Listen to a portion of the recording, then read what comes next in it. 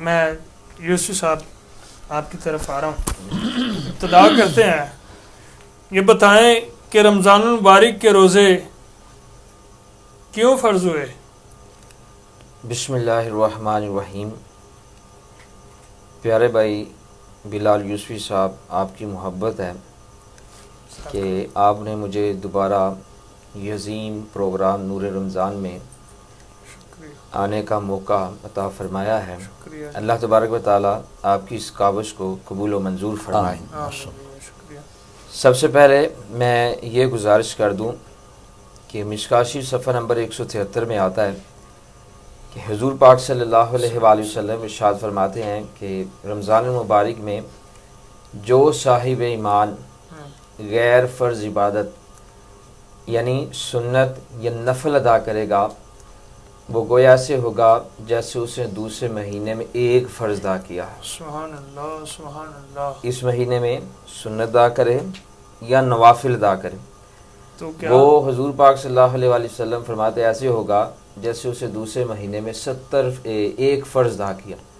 اور جو اس مہینے میں ایک فرض ادا کرے گا وہ گویا ایسے ہوگا جیسے اسے دوسرے مہینے میں 70 فرض ادا کیے. سبحان اللہ سبحان اللہ. سنت نفل ادا کریں تو ایک فرض کا ثواب ملتا ہے، ایک فرض ادا کریں تو 70 فرضوں کا ثواب ملتا ہے. اس لیے حضور پاک صلی اللہ علیہ وسلم نے فرمایا یہ صبر کا مہینہ ہے اور صبر کا ثواب جنت ہوتا ہے. صبر کیا ہے کہ سامنے کھانا پڑا ہے، بھوک بھی لگی ہے، سامنے مشروبات پڑے ہیں، پیاس بھی لگی ہے، لیکن بندہ اللہ کی رضا کے لیے صبر کر رہا ہے.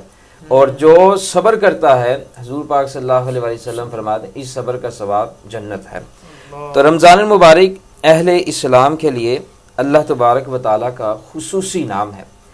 اسی ماہ مقدس میں حضور پاک صلی اللہ علیہ وآلہ وسلم نے نبوت کا اعلان فرمایا اور اسی ماہ مقدس میں اللہ رب العزت نے حضور پاک صلی اللہ علیہ وآلہ وسلم پر بذریعہ وحی قرآن پاک کے نزول کا آغاز فرمایا. ان انعامات کے بعد ہجرت سے 18ویں مہینے 10 شعبان معظم 2 ہجری کو اللہ رب العزت نے اہل اسلام پر روزے فرض فرمائے تاکہ ان کے دل میں تقوی اور پرہیزگاری کا نور پیدا ہو سکے. اللہ تبارک تعالیٰ اپنی عظیم کتاب قرآن مجید میں سورہ بقرہ شریف کی آیت نمبر 183 میں ارشاد فرماتا ہے یا ایھا الذین آمنو، اے ایمان والو، کتب علیکم الصیام، تم پر روزے فرض کیے گئے، کما کتب علی الذین من قبلکم، جیسا کہ تم سے پہلوں پر فرض ہوئے، لعلکم تتقون، تاکہ تم پرہیزگار بنو. اس آیت مبارکہ کے آغاز میں اللہ رب العزت نے ارشاد فرمایا یا ایھا الذین آمنو، اے ایمان والو. اب ایمان والا کون ہوتا ہے؟ ایمان والا وہ ہوتا ہے کہ جو حضور پاک صلی اللہ علیہ وآلہ وسلم سے دل سے محبت رکھتا ہے. صحابہ کرام، اہل بیت اعظام، اولیاء کی جو تعظیم اور محبت اور جو ادب کرتا ہے اس کو اہل ایمان مومن کہا جاتا ہے. سبحان اللہ. غیر مشروط محبت، ہاں جی، اور لا محدود وفاداری، صرف حضور صلی اللہ علیہ وسلم. بے شک بے شک صلی اللہ علیہ وسلم. تو جو ایمان والا ہوتا ہے وہ تمام عظیم ہستیوں سے محبت رکھتا ہے، اور جو حضور پاک صلی اللہ علیہ وآلہ وسلم یا صحابہ کرام یا اہل بیت اعظام یا اولیاء میں سے کسی ایک کے خلاف بھی اپنی زبان کھولے گا وہ منافق تو ہو سکتا ہے لیکن مومن نہیں ہو سکتا. مومن وہی ہے جو ان تمام ہستیوں سے محبت رکھتا ہے.